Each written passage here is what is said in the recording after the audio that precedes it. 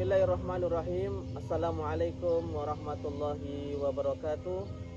Perkenalkan, nama saya Usama SPDI. Saya guru pendidikan agama Islam SMA Al-Muhajirin Muara Badak, Kabupaten Kutai Kartanegara. Sekaligus saya juga sebagai mahasiswa PPG PAI dalam jabatan angkatan ketiga tahun 2025 LPTK UINSI Samarinda. Dan hari ini insya Allah Senin tanggal 6 Oktober 2025 saya akan melaksanakan uji kinerja di SMA Al-Muhajirin Muara Badak. Pembelajaran ini saya laksanakan di kelas 11 MIPA dengan materi menjauhi perkelahian pelajar, miras, dan narkoba. Selamat menyaksikan. Assalamualaikum warahmatullahi wabarakatuh. Waalaikumsalam warahmatullahi wabarakatuh. Sabahul khair. Sabahun nur. Kaifa halukum jami'an? Alhamdulillah. Alhamdulillah nabi khair wa afiyah. Baik, santriwan dan santriwati sekalian, sebelum kita mulai pembelajaran kita, mari kita berdoa dulu. Silakan yang bertugas hari ini, silakan. Qabla an nabda'a darasana hadzal yawm yanbaghi lana an nad'uwa ila Allah. Ibda.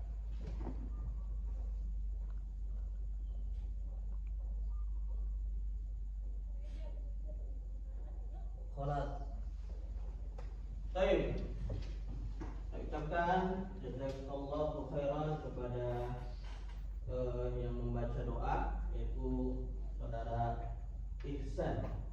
Baik, setelah itu kita akan mengabsen daripada pertemuan kita hari ini. Siapa tahu ada yang tidak hadir, ada yang lagi umroh, ada yang lagi sakit dan sebagainya.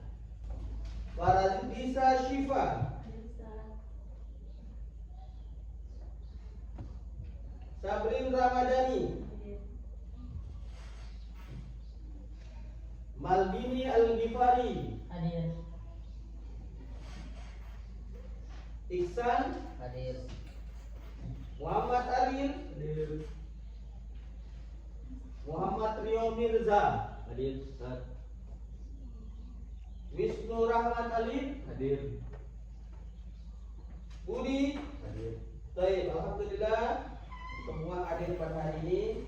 Ya, insya Allah hari ini akan mempelajari tentang perkelahian pelajar, minuman keras dan narkoba. Ya, ini di dalam buku pegangan kita, yaitu di dalam bab ketiga. Ya, di dalam bab ketiga.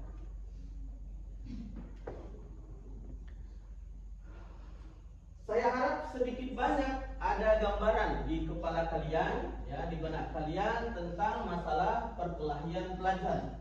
Ya, apatah lagi ini ketika SMA itu banyak sekali terjadi perkelahian pelajar di mana-mana, ya, terutama di kota-kota besar, ya, dikarenakan ya gengsi dan lain sebagainya.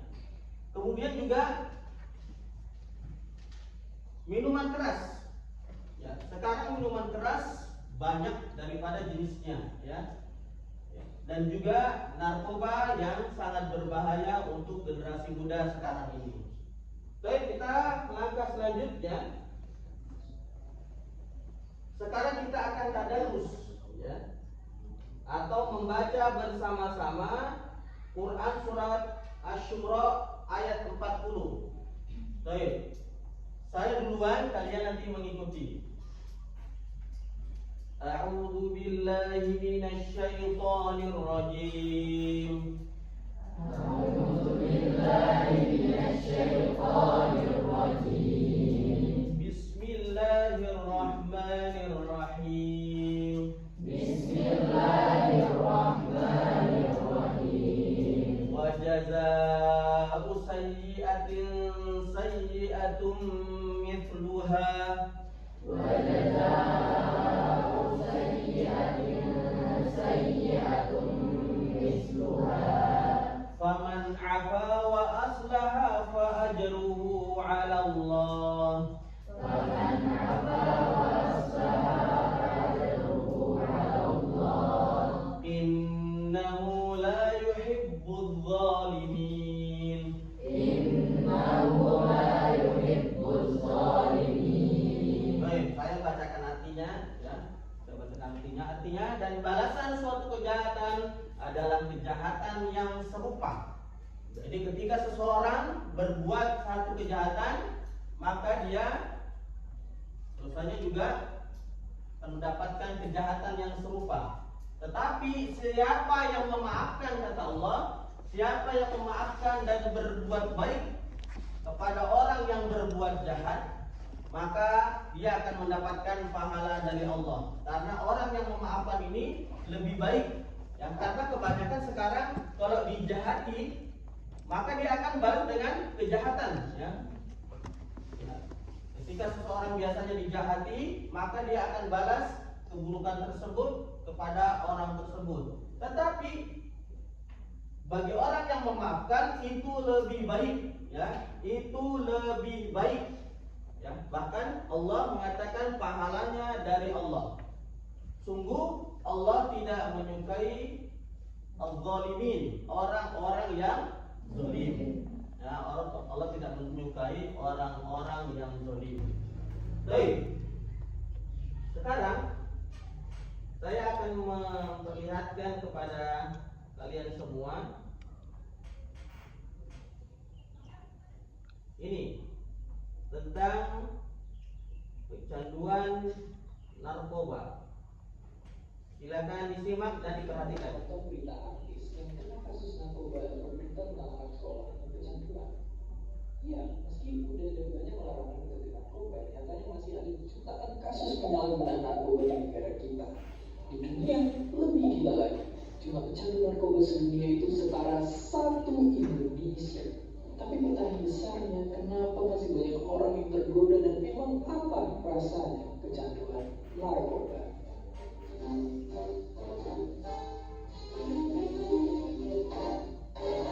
Oke, sebenarnya narkoba itu memang ada macam-macam. Ada yang bikin kita jadi sangat berenergi sampai berasa bisa lari bolak-balik Jakarta. Ada yang bikin jadi ngantuk dan tenang, dan ada juga yang bikin halusinasi. Ya, melihat, mendengar, dan lihat hal-hal yang sebenarnya gak ada. Nah, salah satu jenis narkoba yang paling populer adalah sabu-sabu. Narkoba penambah energi yang bikin penggunanya ngerasa super senang secara instan. Tapi, apakah iya senikmat itu sampai bisa bikin kecanduan? Dari hirupan atau suntikan pertama, efek sabu langsung terasa.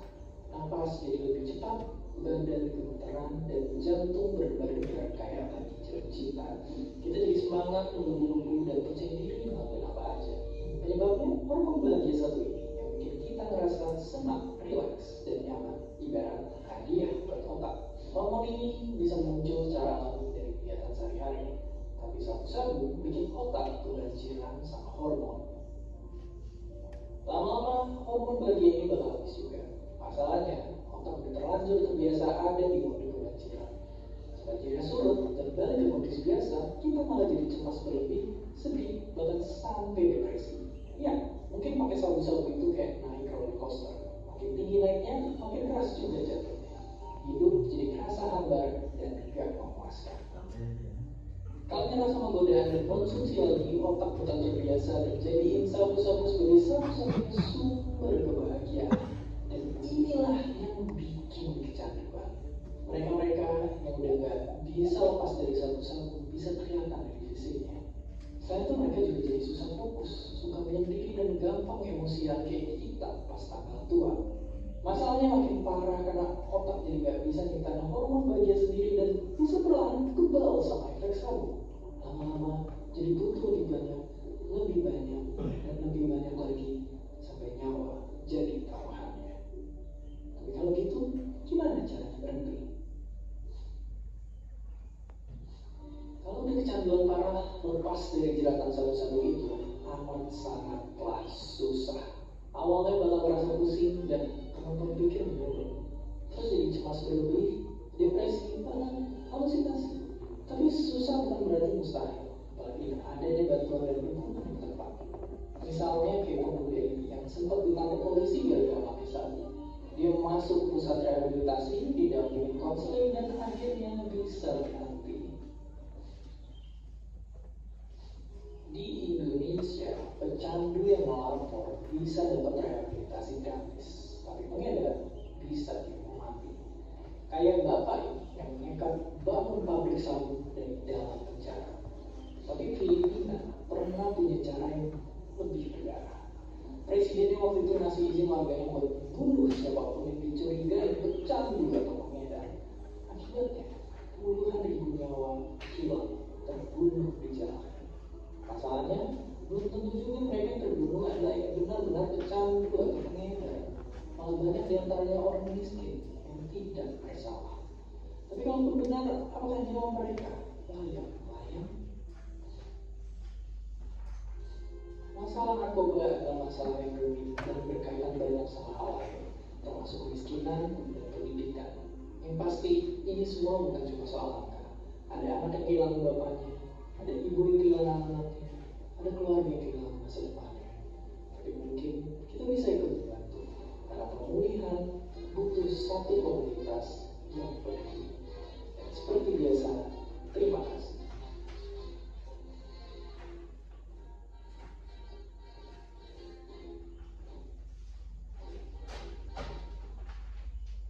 Baik, alhamdulillah.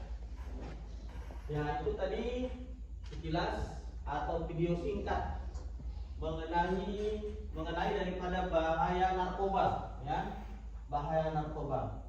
Kemudian juga perlu kita ketahui, narkoba dengan miras itu seperti adik kakak atau tipis perbedaannya, karena sama-sama menghancurkan, ya, karena sama-sama menghancurkan daripada tubuh manusia tersebut, kemudian bisa menghilangkan akal, ya, bisa menghilangkan daripada akal manusia, sehingga biasanya ketika orang sudah mengkonsumsi narkoba atau biasa meminum minuman keras, maka akalnya akan cepat rusak, ya.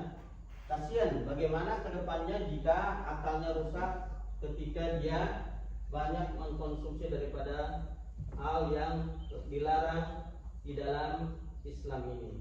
Ya, tujuan pembelajaran kita, ya, mengenai narkoba, perkelahian dan minuman keras.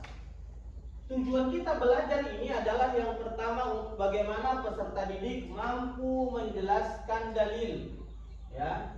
Apakah ada larangan di dalam Islam mengenai perkelahian, minuman keras dan narkoba? Kemudian yang kedua, tujuan dari pembelajaran kita juga adalah bagaimana kita sebagai peserta didik mampu menganalisa, ya, mampu mencari tahu sebab kenapa sih kok orang bisa berkelahi, ya, kenapa sih orang bisa berkelahi? Kan pasti ada sebabnya. Masa orang diam-diam tiba-tiba berkelahi? Kan tidak mungkin. Pasti ada sebabnya, ya, pasti ada sebabnya. Begitu juga, kenapa kok orang tiba-tiba bisa meminum minuman keras? Ya, bisa juga ada sebabnya, ya. Pasti ada sebabnya. Apa biasanya orang minuman keras karena apa?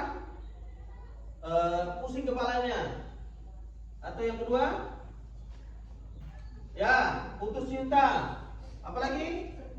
Stres. Nah, akhirnya dia mau minum minuman keras. Apalagi? Ada uangnya. Atau diajak ke kadang dia orang baik, tiba-tiba ayo sekali-sekali kita minum nih, kita enjoy, ya, kita fly the sky, ya, kita terbang ke angkasa sekali-sekali. Nah, akhirnya dibujuk pertama tidak mau karena sudah sering, ya, teman jahat ini akhirnya apa? Ya sudah cicip sekali. Akhirnya jalannya miring-miring, sudah minum jalannya miring, ya, miring-miring karena akalnya sudah tidak sempurna lagi. Begitu juga kita inginkan di dalam yang kedua ini, bagaimana peserta didik mampu menganalisa, mencari tahu kenapa sih sebabnya orang menggunakan narkoba. Apa itu narkoba? Siapa yang tahu narkoba? Singkatan dari narkotika dan obat-obatan terlarang. Bukan obat-obatan pusing, bukan. Ada belakangnya obat-obatan terlarang. Ya, itu tujuan kita kenapa harus mempelajari ini. Kemudian yang ketiga, peserta didik juga mampu menganalisa. Nah, ini dampak atau bahayanya perkelahian. Ya, perkelahian itu apakah perkelahian itu langsung mendapatkan jutaan rupiah? Apakah dengan perkelahian itu bisa naik menjadi seorang raja dan sebagainya? Kan tidak mungkin. Pasti ada yang. Jadi kalau dalam perkelahian itu ada dua istilah. Menang jadi arang, kalah jadi abu. Menang jadi arang, kalah jadi abu. Jadi arang kenapa? Bonyok juga. Jadi abu kenapa? Lebih hancur lagi. Jadi tidak ada keutamaan daripada atau tidak ada kelebihan daripada perkelahian. Begitu juga nanti miras. Apa sih bahayanya miras ini? Baik mungkin dari sisi kesehatan, atau dari sisi agama, ya, atau dari sisi jiwa manusia, ya, bagaimana miras tersebut. Kemudian juga narkoba kurang lebih dengan miras tersebut. Kemudian yang keempat, kita harapkan juga nanti peserta didik mampu menyebutkan apa pencegahannya, bagaimana solusinya, jalan keluar agar kita bisa keluar dari perkelahian pelajar, nggak ikut-ikutan. Kemudian juga bagaimana kita bisa tidak meminum minuman keras, ya. Kemudian juga bagaimana supaya kita tidak mengkonsumsi narkoba, bagaimana bisa keluar dari itu semua yang ada di dalam lingkaran setan tersebut, bagaimana keluar dari hal tersebut, ya, dari hal tersebut. Karena terus terang narkoba itu adalah sesuatu yang sangat membahayakan, ya, dibandingkan yang lainnya. Karena narkoba itu ada zat candunya yang menyebabkan seseorang itu susah keluar dari narkoba. Tetapi ketika bisa keluar itu, ya, keinginan atau hidayah dari Allah Subhanahu wa taala. Tetapi kebanyakan narkoba ujung-ujungnya kalau tidak rumah sakit atau kuburan. Ya, kuburan. Baik, yang keempat, tujuan pembelajaran kita, yang kelima, peserta didik mampu membiasakan, ya, sikap taat pada aturan.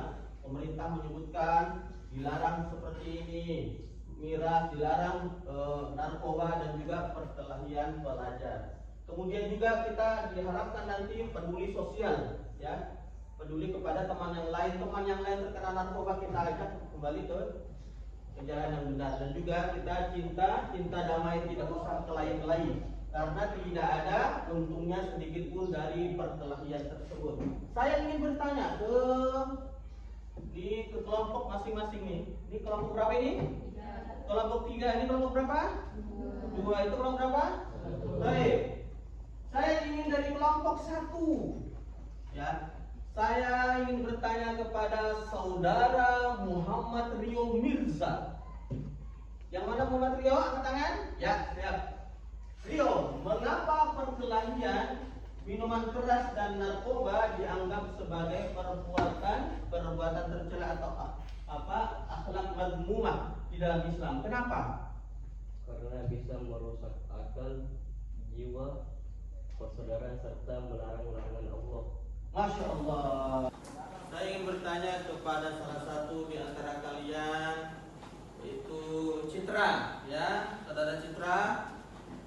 Apakah ada hubungan antara miras atau narkoba dengan perkelahian atau kekerasan?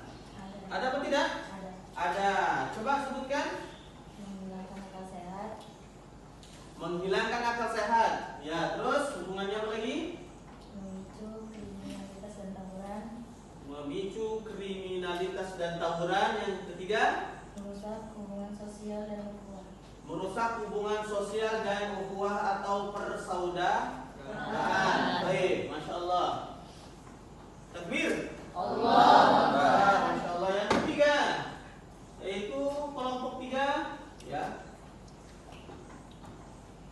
Silakan saudari Faradisa. Apakah orang yang berbuat buruk seperti tadi ya? Perkelahian itu kan berbuat buruk. Minuman keras kan berbuat buruk, dan juga pengguna narkoba berbuat buruk. Apakah ada sanksi Allah dia di dunia dan juga di akhirat nanti? Ada. Coba sebutkan di dunia sanksinya apa? Kesulitan hidup, hatinya gelisah. Kemudian yang akhirat ada kubur, ya, dibolak-balik sama malaikat, ya, dibolak-balik sama malaikat. Dalam artian disiksa. Dan juga yang terakhir apa tadi? Ya, mungkin tidak mendapatkan nikmat surga, ya. Masya Allah. Jazakumullah khairan kepada 3 orang tersebut, ya, yang sudah kita pertanyakan. Baik, sekarang selanjutnya saya ingin kalian karena sudah terbentuk kelompok 3 ini, ya, 3 kelompok, maka silahkan kalian berdiskusi, ya, sebagaimana ya lembaran yang saya sudah barusan bagikan tadi untuk kita kerjakan. Dan nanti saya ingin salah satu dari kelompok masing-masing itu menjadi pembicara, dan juga ada yang menulis, ya, ada yang menulis, ada juga yang mencari, ya, supaya semua bisa bekerja sama di masing-masing kelompok. Sudah siap? Ya. Kelompok 2 sudah siap? Ya. Kelompok 3 sudah siap? Nah, 2 siap ya? Siap ya? Baik. Ya, kita insya Allah akan meminta masing-masing perwakilan dari kelompok 1, 2, dan 3 untuk mempresentasikan diskusi kelompoknya masing-masing. Kami mulai dari kelompok 1. Persilakan. Siapa? Siapa? Ya, silakan. Silakan santriwan Muhammad Alfi Al-Ghifari. Muhammad ini. Ya, silakan sini, silakan. Bismillahirrahmanirrahim. Assalamualaikum warahmatullahi wabarakatuh. Waalaikumsalam warahmatullahi wabarakatuh. Perkenalkan, nama saya Martin Al-Ghifari. Sebagai perwakilan dari kelompok 1 akan menjelaskan tentang analisis dalil dan dampak perkelahian. Yang pertama yaitu dalil hukum dan larangan. Dalam Quran surah Al-Hujurat ayat 9 yang berbunyi, Bismillahirrahmanirrahim. Wa in ta'ifatani minal mu'minina qatatalu fa aslihu bainahuma fa in baghat ihdahuma 'ala al-ukhra fa qatilul lati tabghi hatta tafi'a ila amrillahi fa in fa'at fa aslihu bainahuma bil 'adli wal aqsitu innallaha yuhibbul muqsitin. Yang artinya, jika ada 2 golongan orang-orang yang bertikai, damaikanlah keduanya. Jika salah satu dari keduanya berbuat aniaya terhadap golongan yang lain, perangilah golongan yang berbuat aniaya itu, sehingga golongan itu kembali kepada perintah Allah. Jika golongan itu telah kembali atau kepada perintah Allah, damaikanlah keduanya dengan adil. Bersikaplah adil, sesungguhnya Allah mencintai orang-orang yang bersikap adil. Baik, terus? Ayat ini menegaskan bahwa perkelahian antar sesama mukmin harus dihentikan dan dilarang untuk dibiarkan berlanjut. Jika salah satu pihak zalim, maka harus dihentikan secara tegas, bukan dibiarkan terus memicu konflik. Islam mengutamakan perdamaian dan keadilan, bukan pertikaian atau kekerasan. Dalam hadis menjelaskan, Anjuna data bin Abi Umayyah qala dakhalna ala Ubadah bin Samit wa huwa maridun faqulna aslahaka haddatsana bi haditsin yanfa'uka Allah bihi sami'tahu min Rasulullah sallallahu alaihi wasallam faqala da'ana Rasulullah sallallahu alaihi wasallam fabay'nahu faqala fima akhadha alaina an bay'na ala sam'i wa ta'ati fi mansyarina wa makrahina wa usrina wa yusrina wa ataratin alaina wa alla munazihal amra ahlahu illa akbarau kufran bawahan indakum minallahi fihil burhan. Yang artinya dari Ubadah bin Asyamit yang berkata, kami berbaiat kepada Rasulullah sallallahu alaihi wasallam untuk senantiasa mendengar dan taat dalam keadaan yang kami sukai atau kami benci, dalam keadaan sulit maupun mudah, serta tetap taat walaupun pemimpin lebih mengutamakan dirinya atau tidak adil terhadap rakyat, dan kami dilarang untuk memerangi atau memberontak kepada pemimpin, kecuali jika kalian melihat kekufuran yang nyata yang kalian memiliki bukti dari Allah tentang hal itu. Teman-teman sekalian, fanatisme golongan atau suku atau seperti perkelahian antar sesama Arab karena kelompok daerah atau kabilah, ketidaktaatan terhadap pemimpin hanya karena kebencian pribadi atau masalah duniawi, bukan karena kekufuran yang nyata. Mengutamakan stabilitas, ketaatan, dan persatuan umat dibanding hasutan atau semangat perpecahan. Yang kedua, analisis kritis tentang perkelahian. 1. Melanggar prinsip al-nafs atau menjaga jiwa. Dalam maqasid al-syariah, menjaga jiwa adalah tujuan utama syariat Islam. Perkelahian atau tawuran jelas mengancam jiwa, baik diri sendiri maupun orang lain. Tawuran bisa mengakibatkan luka parah, cacat permanen, bahkan kematian. Hal ini bertentangan dengan perintah Allah agar manusia saling menjaga keselamatan hidup. Islam sangat melarang perbuatan yang mendekatkan pada kebinasaan, sebagaimana firman Allah dalam Al-Quran yang artinya, janganlah kamu membunuh dirimu, sesungguhnya Allah Maha Penyayang kepadamu. Dengan demikian, tawuran adalah bentuk nyata dari pengabaian prinsip al-nafs, karena jiwa yang semestinya dijaga malah diletakkan dalam bahaya. Yang kedua, melanggar prinsip ukhuwah Islamiyah atau persaudaraan sesama muslim. Islam menekankan pentingnya persaudaraan, kasih sayang, dan persatuan antar sesama, sebagaimana dalam Quran surah Al-Hujurat ayat 10 yang artinya, sesungguhnya orang-orang mukmin itu bersaudara, maka damaikanlah antara kedua saudaramu. Tawuran menciptakan permusuhan, kebencian, dan perpecahan, padahal ukhuwah Islamiyah menuntut adanya saling menghormati, menolong, dan menjaga keharmonisan. Perkelahian menjauhkan manusia dari sifat rahmah atau kasih sayang, dan menumbuhkan sikap dendam serta kebencian yang dapat merusak hubungan sosial. Dengan kata lain, tawuran bukan hanya melukai fisik, tetapi juga merusak ikatan persaudaraan dan nilai-nilai kebersamaan dalam Islam. Yang ketiga, dampak terburuknya perkelahian, yaitu menimbulkan korban jiwa dan melanggar hak hidup. Yang kedua, menimbulkan budaya kekerasan yang bertentangan dengan ajaran Islam. Yang ketiga, merusak tatanan sosial dan menimbulkan perpecahan antar kelompok. Yang keempat dan yang terakhir, membawa dosa besar karena menzalimi sesama manusia. Yang terakhir atau yang ketiga, istilah kunci agar terhindar dari perkelahian tawuran. Yang pertama, mengendalikan emosi, yaitu belajar bersabar dan tidak mudah terpancing provokasi. Yang kedua, mempererat persahabatan, yaitu saling menghargai antar teman sekolah maupun antar kelompok. Yang ketiga, meningkatkan kesibukan positif seperti mengikuti kegiatan olahraga, seni, organisasi, atau kajian agama. Yang keempat, memperdalam nilai agama dan moral, yaitu ingat bahwa tawuran dilarang karena membahayakan jiwa dan merusak ukhuwah.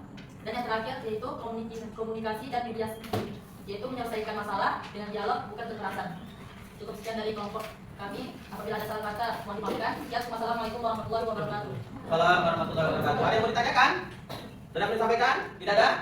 Jelas?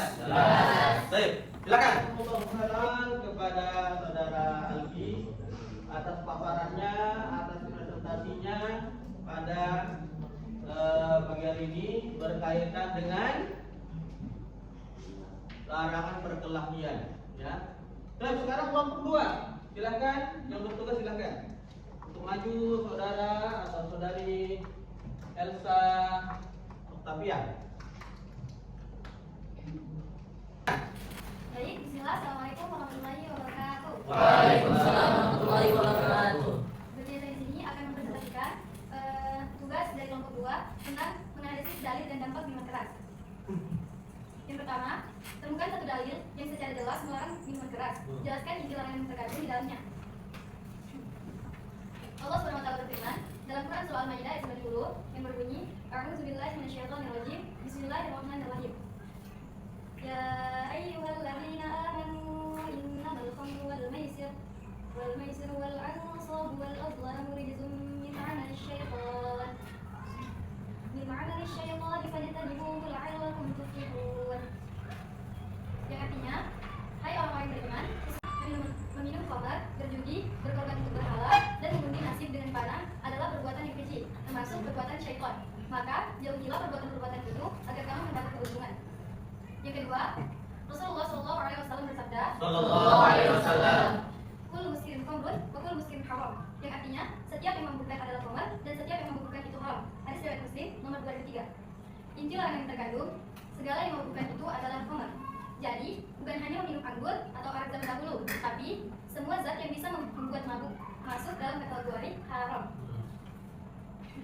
Yang kedua, menganalisis bagaimana minuman keras dan narkoba secara langsung melanggar prinsip al-aql atau menjaga akal dan apa dampak terburuknya pada diri seseorang menurut Islam.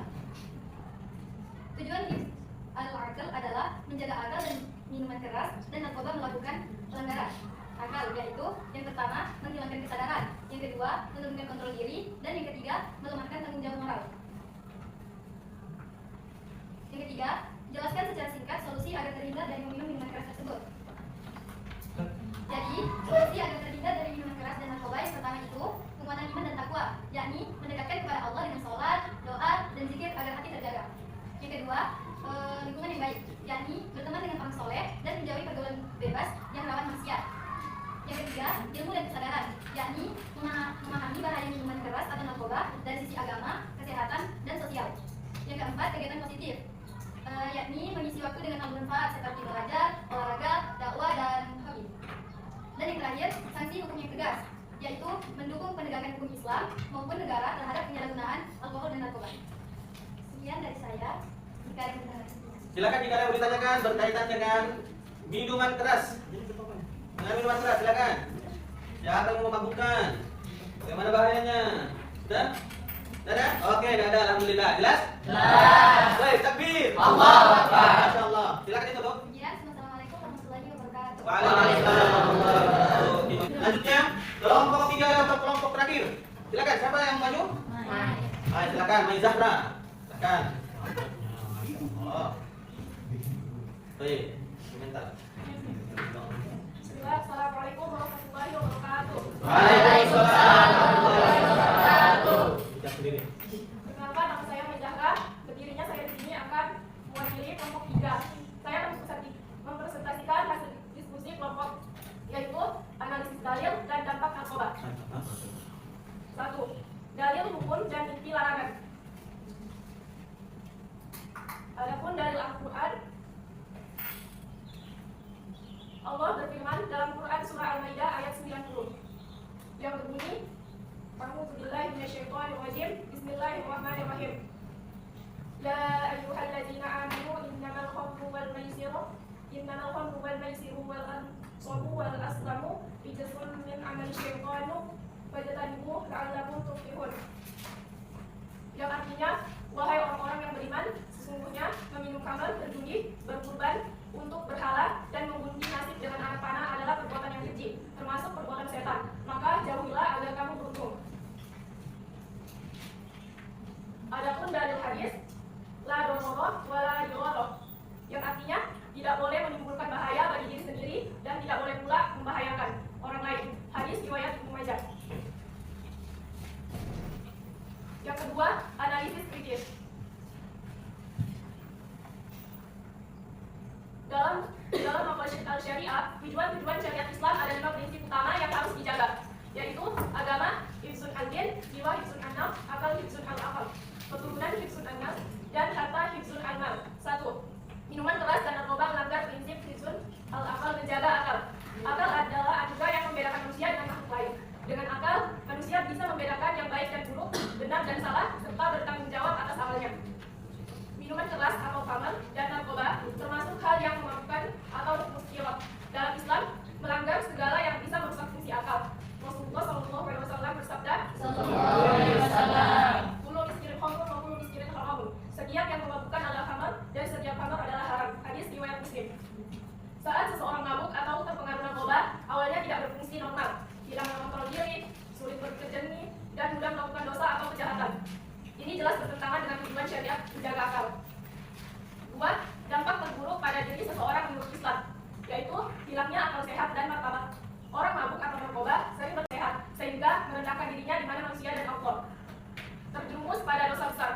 Khamr dan narkoba adalah dosa besar, dan Rasulullah menyebutnya sebagai ibu segala dosa, karena bisa menyeret pada dosa lain seperti zina, pencurian, pembunuhan, dan lain-lain. Menggugurkan amal ibadah. Orang mabuk tidak sah sholatnya sampai sadar dan bisa melalaikan kewajiban agamanya. Kemudian kerusakan jiwa dan fisik. Narkoba merusak kesehatan, mengurangi umur, bahkan bisa menghilangkan nyawa. Azab di akhirat. Ancaman keras dalam Quran surah Al-Maidah bahwa khamr adalah perbuatan setan sehingga yang melakukannya akan mendapat murka Allah jika tidak bertaubat. Ringkasnya, minuman keras dan narkoba secara langsung menghancurkan akal. Padahal, akal adalah syarat manusia bisa beribadah dan bertanggung jawab di hadapan Allah. Dampak terburuknya adalah hilangnya kendali diri, terjerumus dalam dosa besar, rusaknya jiwa raga, terancam azab Allah di akhirat, serta kemuliaan sebagai hamba Allah.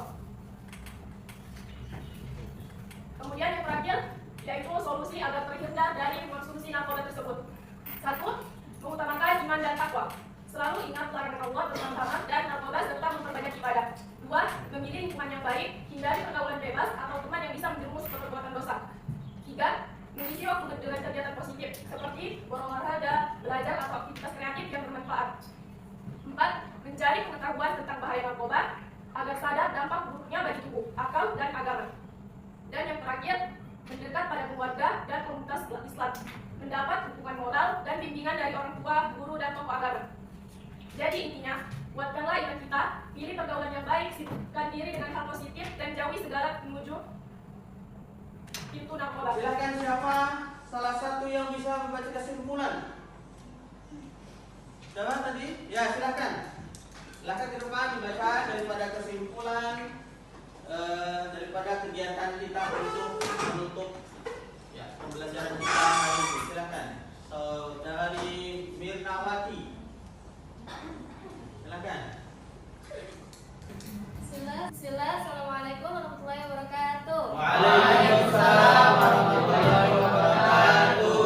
Perkenalkan, nama saya Mirnawati. Berdirinya saya di sini akan membaca kesimpulan pada pembelajaran kita hari ini. Kesimpulan yang pertama, perkelahian dan kekerasan melanggar jiwa atau sering disebut dengan hifzun nafs karena memiliki beberapa potensi, yaitu merenggut nyawa dan merusak fisik. Kesimpulan yang kedua, miras diharapkan karena melanggar hifzul akal atau menjaga akal dan termasuk perbuatan keji. Dan yang terakhir, narkoba dihukumi haram karena dikiaskan kepada khamar.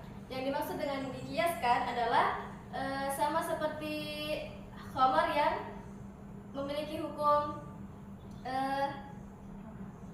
haram karena bisa merusak akal dan menyebabkan mabuk atau ketidakwarasan. Sebagaimana hadis yang sudah kita pelajari, yaitu kullu muskirin khamrun wa kullu muskirin haramun. baik, artinya Setiap yang memabukkan adalah khamar dan setiap khamar adalah haram. baik. Mungkin itu saja yang dapat saya sampaikan. Kalau lebihnya mohon dimaafkan. Assalamualaikum warahmatullahi wabarakatuh. Waalaikumsalam warahmatullahi wabarakatuh. Terima kasih, jazakumullahu khairan. Takbir. Allahu Akbar. Ya, masyaallah, ini luar biasa ya, kelas 11 dari pembelajaran kita hari ini. Baik. Selanjutnya,